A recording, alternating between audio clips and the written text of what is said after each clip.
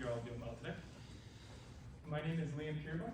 Today my group members will be going over the digital marketing plan with Emily, Audrey, Kenna, Lauren, and Brandon. Our company is the Quick Stop Bike Shop located in downtown Marquette. Before we begin, I'm going to go over a quick overview of what we'll be covering today. I'll be going over the recap from the introduction and analysis from the last presentation, and then the rest of my group will be going over the planning and budgeting portions as well as the execution. So let's begin. So to give a brief overview of Quick Stop Bike Shop, they're a small business with about 5 to 10 employees. Their primary source of income historically have been bike purchases and maintenance and bike rentals. They have high community engagement, and they also have many aspects of digital marketing, except they're weak and need to be improved upon. Also, to go over a little history, they opened in the late 1970s. Don and Greg Potvin, father and son, along with their partner Kurt Moran, and they currently hold the title for the oldest bike shop in Marquette. So now we go into the ins and outs of Quick Stop. So we're going to first go over their online presence, which includes the website, Instagram, and Facebook. First, the website looks great when you first get onto it, but once you go a little bit further, you start noticing the pricing is very unprofessional. You might be able to notice most of it's crossed out because of COVID, where they should just get rid of it entirely. And then they also have font issues where you can't even see the text because of the gray on yellow sepia color going on there. And then to move on to their Instagram, they have a great amount of followers, about 1,000, but it does need to be improved. Also, their hashtags are very inconsistent, which prevents the community from being able to post and post pictures together as a community. They also notice that they aren't a business account, which is losing on valuable analytic information. And then their Facebook and Instagram have very little consistency. Speaking of Facebook, they have 2,500 followers, which is a lot better than we would likely see the Instagram get to. Their posts function really well as a community organizing events. And we also notice their profile picture is very unaligned with their brand image. You don't see that anywhere except on their Facebook, so we think that should also be changed. Now to go into the SWOT analysis, the strengths of Quick Stop Bike Shop is that they're just a great business overall, great customer service, great location. They also have high search optimization, which is great. Some of the weaknesses they have, I already covered: the poor website design, their inconsistent social media, and the lack of rentals that they can't control. And then to go into the opportunities, we think that the organizing community events is very important for Quick Stop since it's a very community-oriented business. We think that they need to modernize their website and social media, and they also need to create higher brand loyalty. And some of the threats we thought that were out of control of Quick Stop was the supply chain issues that every single business is encountering right now, along with a ton of competition. There's 5 other bike shops. And there's also a lot of defaulting technology. There's a rental service downtown that's completely automated. So then to cover some of the marketing objectives, we've had 6 things that we think they need to improve upon. The first being brand recognition. We think that can be improved through word of mouth reviews as well as online reviews. We also think location-based marketing would be very important since QR codes are very inexpensive. You can put them on trails and events at businesses. Seasonal marketing is also important since it gets very slow in the winter for biking, so we're thinking holiday deals, seasonal events, and seasonal products like heavier winter jackets. They can also improve their SEO. I know they said they have great SEO. Unfortunately, they are the second position, which can be improved. We also think brand awareness can be improved by leading community events, as well as collaborating with bike brands, which they already do a little bit, but we think it can be furthered into an actual community event sponsorship. And then their social media needs to be consistent. So to start off with our segmentation, I think it's important to do the geographic segmentation. Both of our primary and secondary groups are located within 20 miles. The primary being local bike enthusiasts, the secondary being NMU students.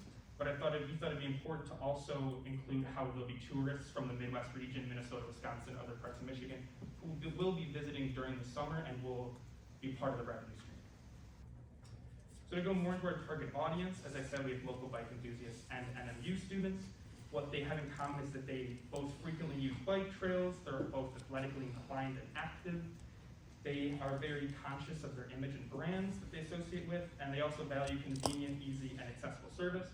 Some of the differences I'm highlighting here, like the local bike enthusiasts are more likely to be older, spend more money, have higher discretionary income, where NMU students don't have much money to spend on bikes whatsoever, cause them to make smaller purchases, be less brand loyal. Also, what they're going to be going and purchasing will be different, and also the social connections I think is very important to cover. As local bike enthusiasts, you need to have a community, whereas students might be looking to our community, but it's not necessarily essential. And if they are, you can also convert them into primary bike enthusiasts. And now we hand it off to Emily, and she'll be starting the planning and budgeting portion. We'll be talking about the plans and their budgeting that will go along with it in this portion, social media, advertising, and the PR. Firstly, we have the advertisement plans, which firstly is the word of mouth that we're going to go by because the reviews on Google Review are 200 and they have a 4.9 out of 5 reviews. Not to mention the SEO is very good, considering that when you put in bike repair or bike shop, you get the Quick Stop Bike Shop as the second in the search results. Now, the geo-targeting is very good that we need to do because we can put it on trails, we can put it outside of competitors, and we can put it in the local downtown area in order to push consumers towards our shop. From there, we can also randomly select people to have a 5% coupon randomly to push them even more towards the shop with this geo-targeting. Next, we have the referral program, which is 10% for every 5 people referred to the shop. We can keep track of this by our membership program, which we will talk about later in this presentation. So we can push even more people towards the shop by doing a referral program. Lastly, the cohesive logo. We really need to have a brand identity when it comes to our social media and the website. Something that represents Quick Stop Bike Shop as Quick Stop Bike Shop instead of having multiple pictures on multiple places. So with a cohesive logo, we can actually have an identity that people can associate with us. Next will be Brandon. Thank you, Emily, for that introduction. I'll be going over the social media plan. To quickly go over what we have been reiterated from Leon, our website is really sloppy and needs a lot of work. So one of the big overhaul steps that we have decided to implement is hiring a website designer to completely just start from scratch. That includes an easy to read and a more modern face for the website with a cohesive logo and a contact us page for people to buy services from us online. When it comes to our Instagram, we need to increase the use of user-generated content via use of hashtags, people doing the referral program, people sharing experiences with us. We already have people that are tagging us in posts, just we are not using it and utilizing it to the best of our ability. For Facebook, we need more consistent posts, fewer paragraph posts, and I feel like over time, it will help boost customer engagement with our company. The next person will be going over our PR campaign, and that will be Lauren. Thank you. So the 3 main goals of our PR campaign are to generate awareness, increase brand loyalty, and attract new customers. So in order to generate awareness, we think it's really important that Quick Stop build some constructive partnerships with other local businesses and organizations in Marquette that helps to get the brand out there and just reach people in a new environment. For example, we think that they should look into developing a relationship with Travel Marquette and Downtown Marquette. Those are both travel blogs that have websites that post about weekly, monthly, and annual events. So it would be a great spot to publish our weekly bike rides and also races and events we hope to hold in the future.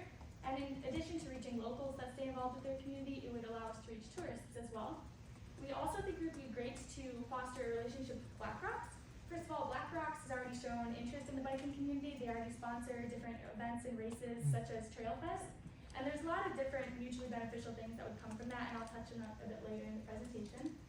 Additionally, to reach our student demographic, we think that we should be pairing with the NMU competitive cycling team. On one hand, it would be great to look into some sponsorship options. Additionally, fostering individual relationships with the athletes so they could potentially become influencers for us. Also, the Center for Student Enrichment has a events page, so that would be another great place to post about our events and races.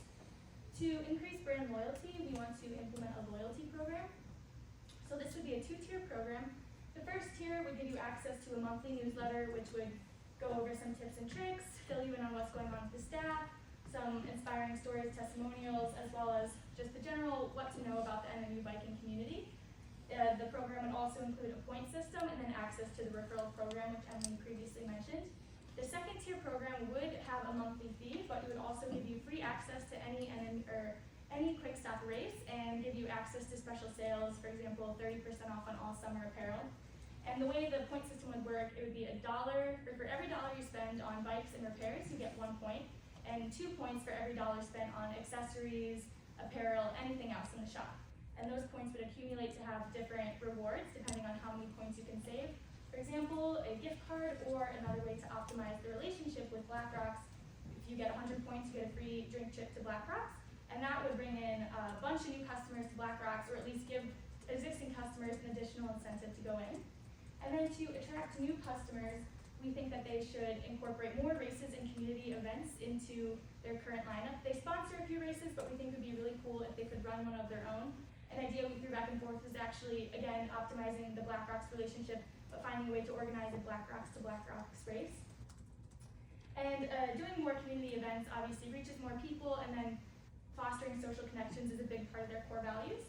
And we also believe it would be great to incorporate testimonials into their website. It's a great way to establish an emotional connection with clients, and consumers have a tendency to trust other consumers over the business themselves. So it carries a lot more weight to see a positive review from a fellow bike enthusiast rather than the business itself. And then I will be passing it off to Audrey to go over the budget. So this is our preliminary budget for Quick Stop Bike Shop in 2022.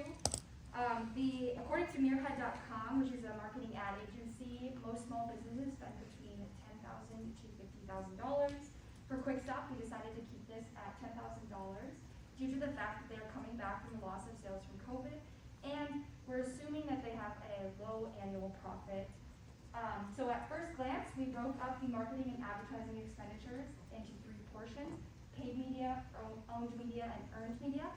And with the leftover $4,000, we established payment for a website designer, and camera and editing software. So to go further into paid media, owned media, and earned media, Quick Stop for paid media, bolded on the slide, is what we would focus more of the $3,000 for. But again, this would cover TV advertising, radio spots, print advertising, Google AdWords, pay-per-click campaigns, social media advertising, and as talked about earlier, geo-tracking.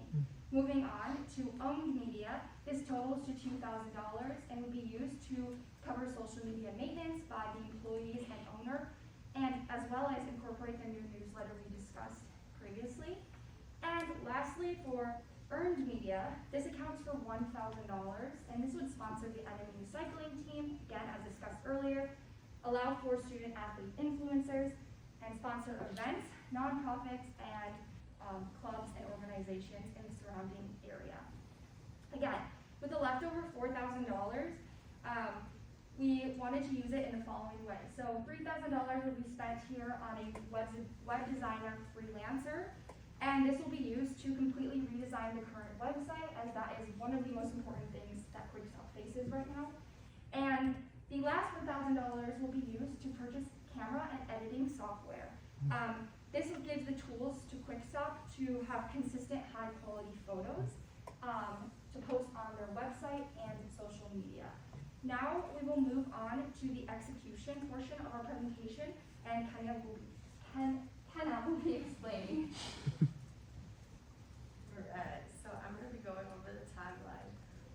Obviously, with all this information, it's important that we put it all together into a timeline, and we decided to not use actual dates for our timeline, and instead use more like fluid steps to follow for a successful digital marketing plan. So to begin, we're going to start with our planning section, and that we're going to want to establish goals, develop content strategies, define our marketing objectives, find content creators, create our SWOT analysis, and define our target audience. All of these are important because all of this needs to be laid out as the step 1 before you move along into putting money towards anything, or moving forward with any plans. So the next one we've got is budget. So this is going to be 5 sections, as Audrey just went over. We've got the paid media, the earned media, owned media, then we've also got a budget for website designer, and then camera, crew, and software as well. This is important to have in the beginning because you want to know where you're gonna be spending your money and how you have that to distribute. The next step that we have is going to be our setup. In the setup, we're hoping to design a cohesive media. As we've already gone over, our media needs a lot more work, being cohesive all around. With this setup, we're hoping to get influencers and sponsors who will work with Quickstop to gain more followers. We'll also be creating content for advertisement, so this would be utilizing that camera crew and software to create this content. And then we would also be going into our digital platforms to utilize our keywords in our SEO throughout all of our platforms. And then for our fourth section, we've got the reach. We are going to be reaching out to new customers and old customers through geo-targeting. We'd also like to use Google AdWords, which we had put in our budget. We're going to use a lot of word-of-mouth advertising, as Marquette is a pretty local place and a lot of people know each other up here. With this reach, we're hoping to use print, TV, and radio, and use our posts by our influencers and our sponsors to reach new customers. After we've had the reach, we're going to move into engagement. With engagement, we're hoping to hold social media contests where we can get our already customers engaged and stay involved with the company, and then also give opportunities for new customers to be involved and maybe even join a contest and maybe win something for free. And then another thing for engagement is we would like to be hosting and involved with different events and races that are happening around Marquette and the UP area. And then we'd also like to move forward with this referral program, and hopefully after word gets out that we've started a referral program, we'll have more engagement as people will want to be coming back because everybody loves rewards. And then at the very end, we're just going to close it off by trying to understand what we've got with all this information. So we're going to be looking at our return on investment. How much do we make back from the $10,000 budget we made? And then we're also going to be analyzing Google and Yelp reviews. As we've already stated, Google is pretty high for our reviews, so we're going to try to keep running with that. And then most importantly, we're hoping to turn our followers into our customers. If this is about social and digital media, we want those people to be coming into the shop. And then with that, that should stabilize our position on search engines. And then we're going to have Liam close us off here. Thank you. Just to give a quick recap, we're going to be using advertising, social media PR to be able to expand our digital marketing. With the advertising plan, we'll be using geo-targeting that can help put consumers toward the store. Social media plan will be creating a digital community with unified social accounts and website. Our PR will focus on becoming more involved with the community and deepen the relationships. And this will all be done with a budget of $10,000 over a fluid timeline. Any questions?